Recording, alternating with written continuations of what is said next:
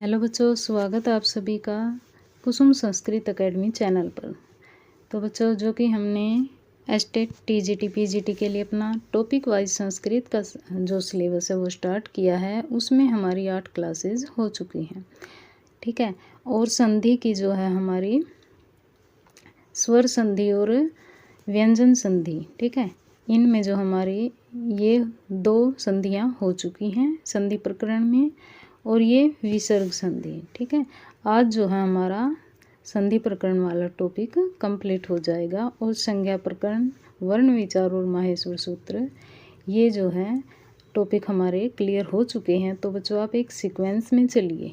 Okay, पहले आप माहेश्वर सूत्र कीजिए। माहेश्वर सूत्र जो होते हैं वो संधि का बेस होते हैं। ठीक है। अगर आपको माहेश्वर सूत्र नहीं आएंगे, आपने देखा होगा कि जो संधि हैं उनमें जो सूत्र लगे हुए होते हैं उनमें जो है हमारे प्रत्याहार ही होते हैं। ठीक है।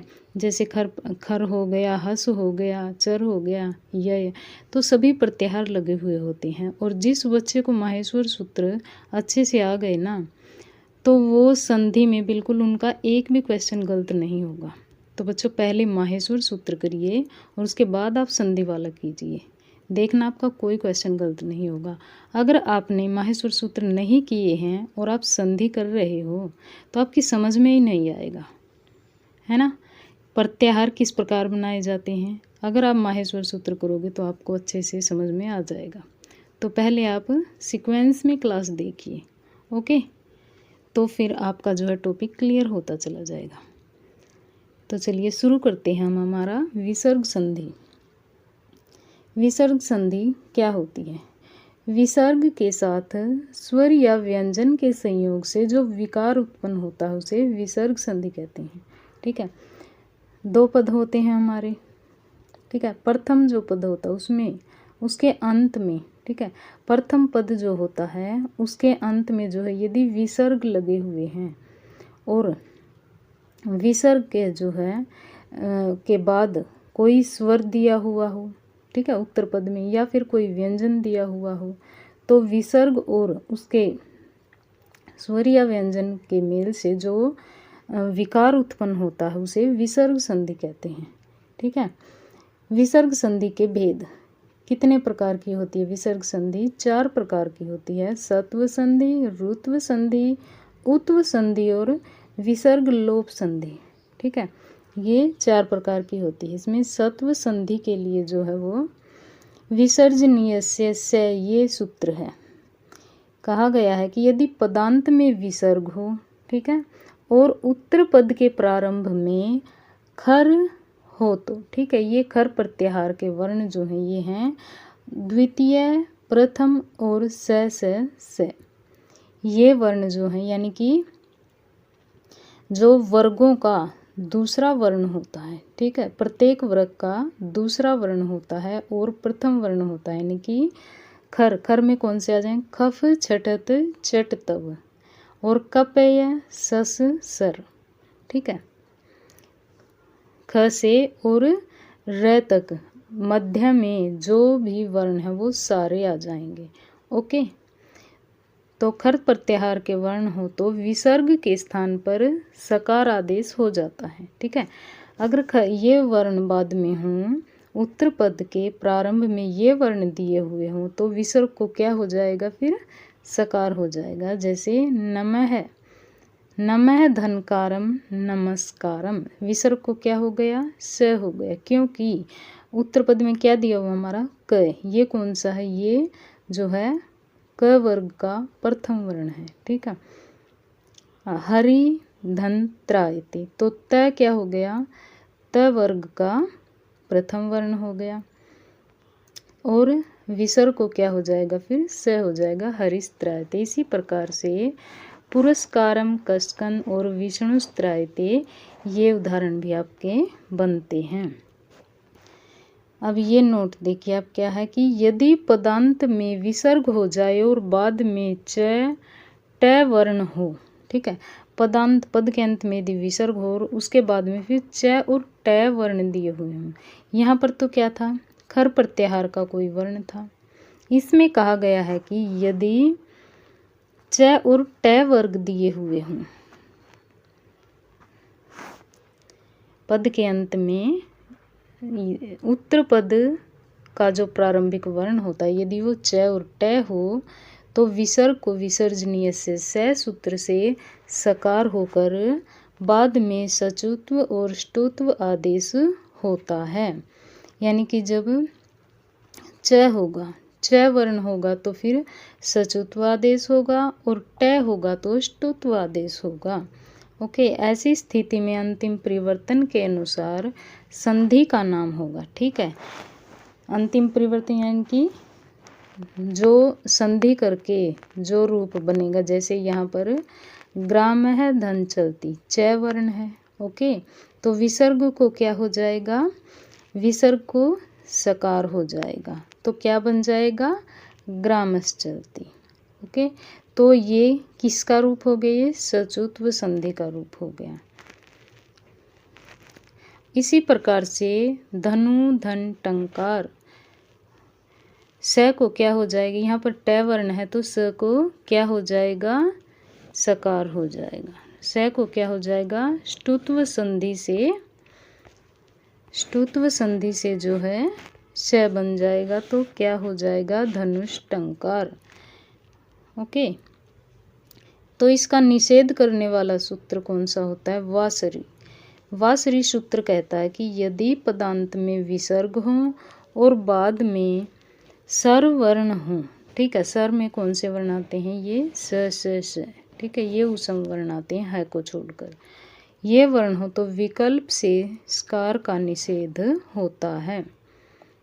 बाद में ये वर्ण आ जाएं तो फिर जो है विसर्ग को सकार नहीं होगा। ठीक है, जैसे दू धन सहस है, यहाँ पर स वर्ण आ गया। ठीक है, निसारम, तो यहाँ पर जो है विसर्ग को जो है सकार नहीं होगा, इसका निषेध हो जाएगा, ये ध्यान रखना आपको। आगे है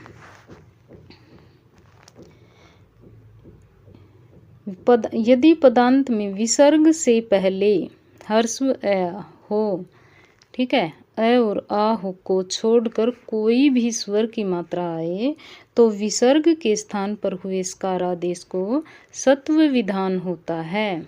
ठीक है, ये जैसे निधन फलम, ठीक है, ए आ को छोड़कर कोई भी स्वर की मात्रा आए तो विसर्ग से पहले ए आ नहीं आए, यानी कि न से विसर्ग से पहले क्या है, विसर्ग से पहले हमारी ई की मात्रा है।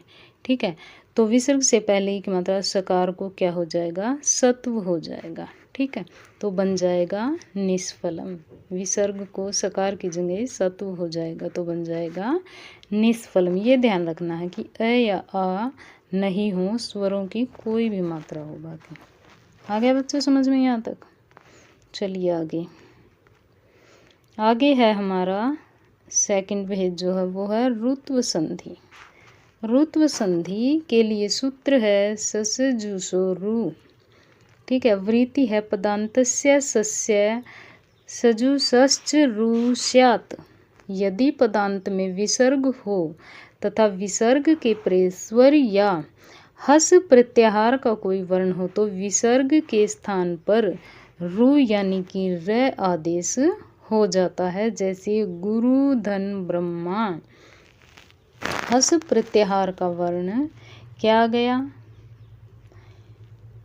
विसर्ग के परे हस प्रत्याहार, यदि स्वर या फिर हस प्रत्याहार का, ठीक है, या तो स्वर हो या फिर इनमें से हस प्रत्याहार यानी कि हय वर या पांचवा वर्गों का जो पंचम वर्ण होता है, चतुर्थ और तृतीय वर्ण जो होता है उनमें से आ जाए तो ब क्या है, ब यहाँ पर तृतीय वर्ण है। ओके, तो फिर विसर्ग को क्या हो जाएगा, रू आदेश होकर र बन जाएगा। ठीक है, तो बन जाएगा गुरुर ब्रह्मा, गुरुर ब्रह्मा, विसर्ग को र हो जाएगा। विष्णु, ठीक है, गुरुर विष्णु क्या हो जाएगा, ये व, इसमें क्या आया, व आया है। ठीक है, हस प्रत्याहार का व वर्ण आया है तो गुरुर विष्णु हो जाएगा। न क्या है, न जो है वो पंचम वर्ण है, त वर्ग का पंचम वर्ण है तो फिर विसर्ग को र हो जाएगा, चतुर्नवति बन जाएगा। ठीक है। आगे है बच्चों, जो ये रोरी सूत्र होता है, ठीक है, इसमें कहा गया है कि सस जूसो रू सूत्र से विसर्ग को रै आदेश होता है यदि उत्तर पद में रै हो, ठीक है। सस जूसो रू से जो पदांत में विसर्ग होती है उसको क्या हो जाता है, उसको रै हो जाता है। ओके। और कहा गया है कि यदि उत्तर पद में भी रै हो, ठीक है, तो फिर क्या हो जाएगा, दो रै वाली स्थिति हो जाएगी। तो ऐसे में जो रोरी सूत्र होता है ना, वो इस प्रथम रै का, रोरी सूत्र जो प्रथम रै का लोप कर देता है। और जो ड्रलोपे पूर्वस्य दीर्घोणी ये सूत्र होता है, ये रोरी सूत्र से जिस पूर्ववर्ती रै का लोप हुआ था उससे पूर्व वाले वर्ण को क्या कर देता, दीर्घ कर देता। उससे पूर्व में यदि अ ई उ ये वर्ण आ जाएं, ठीक है, इससे पूर्व में यदि अ यू वर्ण आ जाए तो उनको दीर्घ हो जाएगा। जैसे निर्धन रोग। अब देखो, निर रै को क्या हो गया, रै को लोप हो गया। रै से पहले क्या हमारा ई है, ठीक है, तो ई को क्या हो जाएगा, दीर्घ हो जाएगा, तो बन जाएगा निरोग। हरिर धन रम्य। हरिर में क्या है, जो ई है उसको दीर्घ हो जाएगा तो क्या बन जाएगा, हरि रम्य। रै का लोप हो जाएगा और हरि में ई को दीर्घ होकर हरि रम्य रूप बन जाएगा। उसी प्रकार पुनर्रमते, पुनर्धन रमते, पुनरमते कैसे हो गया, रै को क्या हो गया, लोप हो गया। और किससे, रोरी सूत्र से लोप हो जाता है। अगर बाद में भी रै हो तो दो रै बन जाए तो फिर प्रथम वाले रै को रोरी सूत्र से लोप हो जाता है। और उससे प्रथम वाले स्वर यदि अ ई उ, ठीक है, अ उ ये स्वर हो तो उनको दीर्घ हो जाता है। तो यहाँ पर क्या है, अ है तो अ को हो गया दीर्घ और बन गया पुनरमते। शिशुर धन रोदती, इसमें क्या हो जाएगा, उ दिया हुआ है, ठीक है, अंतिम जो ये र से पूर्व जो है ये उ दिया हुआ तो उ को दीर्घ हो जाएगा शिशु रोती। और बच्चों ये जो पुनर्रमते ये है ना, ये मोस्ट इम्पोर्टेंट है, ठीक है, इसको तो आप स्टार दे लो, ये बहुत बार पूछा गया है, ठीक है। जब मैं आपको प्रीवियस ईयर करवाऊंगी ना बच्चों, PYQ जब करवाऊंगी तो उसमें देखना ही कितनी बार आया हुआ, बहुत इम्पोर्टेंट है, ठीक है। कभी यहाँ से पूछ लेते हैं, कभी यहाँ से पूछ लेते हैं, ठीक है, कभी विच्छेद कर देते हैं, कभी संधि कर देते हैं, बहुत मोस्ट इम्पोर्टेंट है ये, इसको आप ध्यान रखिएगा कि ये रोरी सूत्र से तो रै को क्या होता है, लोप हो जाता है। और ड्रलोपे पूर्व से दीर्घोण सूत्र से जो उसके प्रथम अयु को क्या हो जाएगा, दीर्घ हो जाता है, ठीक है, पुनरमते ये बनता है। आगे है फिर उत्व संधि। उत्व संधि के लिए सूत्र है अतोरोप्लुताद प्लुते, यदि पदांत में विसर्ग के पूर्व में भी ए हो, ठीक है, पदांत में यदि विसर्ग के पूर्व में भी ए हो और बाद में भी ए हो, यानी कि विसर्ग से पूर्व में भी ए हो, ठीक है, और उत्तर पद में भी यदि अ हो तो बाद में भी अ हो तो विसर्ग के स्थान पर क्या हो जाएगा, उ हो जाएगा। तो ये जो विसर्ग होती है ना, इनको क्या हो जाएगा, उ हो जाएगा। और फिर पूर्ववर्ती जो अ और उ को गुण होकर वो बन जाते हैं। ये अ दिया हुआ है विसर्ग से पहले और उ, अ और उ को गुण होकर क्या बन जाएगा, फिर ओ बन जाएगा, ओके। और फिर जो बाद वाला अ होता है इसको क्या हो जाएगा, पूर्व रूप प्रक्रिया हो जाएगी, यानी कि ये अवग्रह का चिन्ह लग जाएगा यहाँ पे, ओके। पूर्व रूप प्रक्रिया में अवग्रह हो जाता है हर्षु अ को। ये उदाहरण है क धन अपि, क्या बन गया हमारा, को अपि। अ को क्या हो गया, अ को हो गया पूर्व रूप। और क में विसर्ग से पहले क्या आया है, क में क्या है, अ है, ठीक है। क व्यंजन में अ स्वर विद्यमान है तो अ को क्या हो जाएगा, अ और उ, तो विसर्ग को हो गया उ, तो अ और उ मिलकर हो गए ओ को, ठीक है, को अपि बन गया। इसी प्रकार से शिव धन अर्च्य, शिवो अर्च्य, ये भी बहुत इम्पोर्टेंट है बच्चों, ठीक है, ये भी बहुत इम्पोर्टेंट उदाहरण है। शिव है तो व में भी अ है, ठीक है, ए और उ विसर्ग को होकर शिवो अर्च्य रूप बन गया। स अधुना सो अधुना, ठीक है। आई होप आपको अच्छे से समझ में आ रहा होगा। बच्चों अपना फीडबैक ज़रूर देते रहा करो, क्योंकि उससे मुझे मोटिवेशन मिलता है आपके लिए अच्छी अच्छी क्लास लेके आने का। आपके लिए मैं इतनी मेहनत करती हूँ बच्चों, ताकि आपको कोई परेशानी ना हो। तो बच्चों आपका भी फ़र्ज़ बनता है कि आप जो है वीडियो को लाइक किया करो और फीडबैक ज़रूर दिया करो बच्चों कि आपको क्लास कैसी लगती है। ओके, आगे है हसी च सूत्र, ठीक है। इसमें 2 सूत्र थे, ये सेकंड सूत्र हमारा है हसी च सूत्र। पदांत में यदि विसर्ग से पूर्व ए हो, ठीक है, कहा गया है कि वही उस वाला ही, यदि विसर्ग से पूर्व ए हो और बाद में हस पर, उसमें क्या था, उसमें था बाद में भी ए होता है, और इसमें क्या है कि बाद में हस प्रत्याहार का कोई वर्ण हो तो विसर्ग को उ आदेश हो जाता है और गुण होकर ओ बन जाता है, और ऐसी स्थिति में भी विसर्ग संधि ही मान्य होगी, ठीक है। जैसे शिव धनवंध है तो क्या हो जाएगा, शिवो वंध, उसमें क्या हो गया था, बाद में भी आया था तो वह को पूर्व रूप हो गया था, ठीक है। यश धनदा यशोदा, ठीक है, ए और विसर्ग को ओ बन गया और बन गया यशोदा। मन है धन रथम मनोरथम, ठीक है। उत्व नोट में है कि उत्व संधि को स्वादि संधि के नाम से भी जाना जाता है, ठीक है। जो ये उत्व संधि होती है हमारी, इसको स्वादि संधि के नाम से भी जाना जाता है।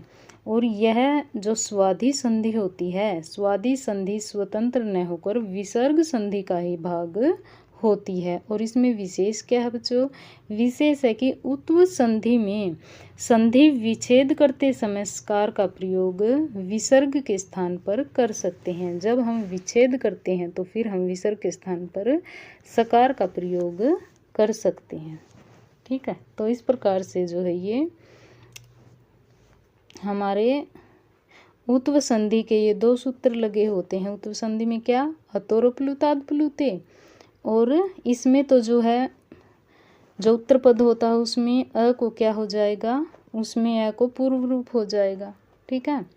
और हसी च सूत्र से क्या होगा, हसी च सूत्र से जो है बाद में ये हस प्रत्याहार के वर्ण मिलेंगे, ठीक है, हस प्रत्याहार के वर्ण मिलेंगे। जो पदांत में जो है पूर्व पद में वो सेम ही होएगा दोनों में, ठीक है। विसर्ग को ए और विसर्ग मिलकर ओ हो जाएंगे, ये ध्यान रखना कि बस उसमें जो है ए होता है, अतोर प्लुताद प्लुते में क्या होता है, ए होता है। उत्तर पद में उसको क्या हो जाएगा, उसको पूर्व रूप हो जाएगा।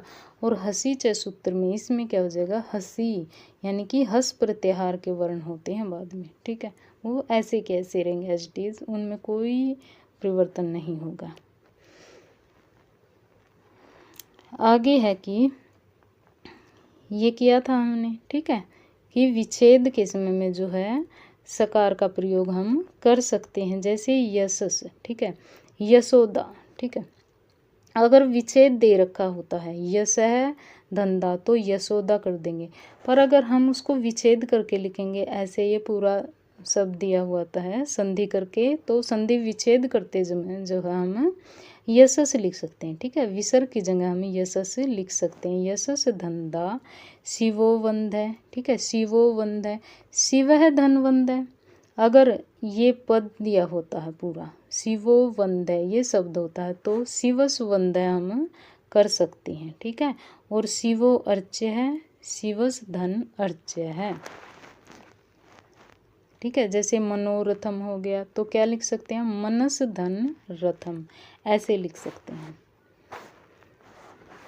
आगे है जो हमारा फोर्थ जो भेद होता है विसर्ग संधि का, विसर्ग लोप संधि, ठीक है।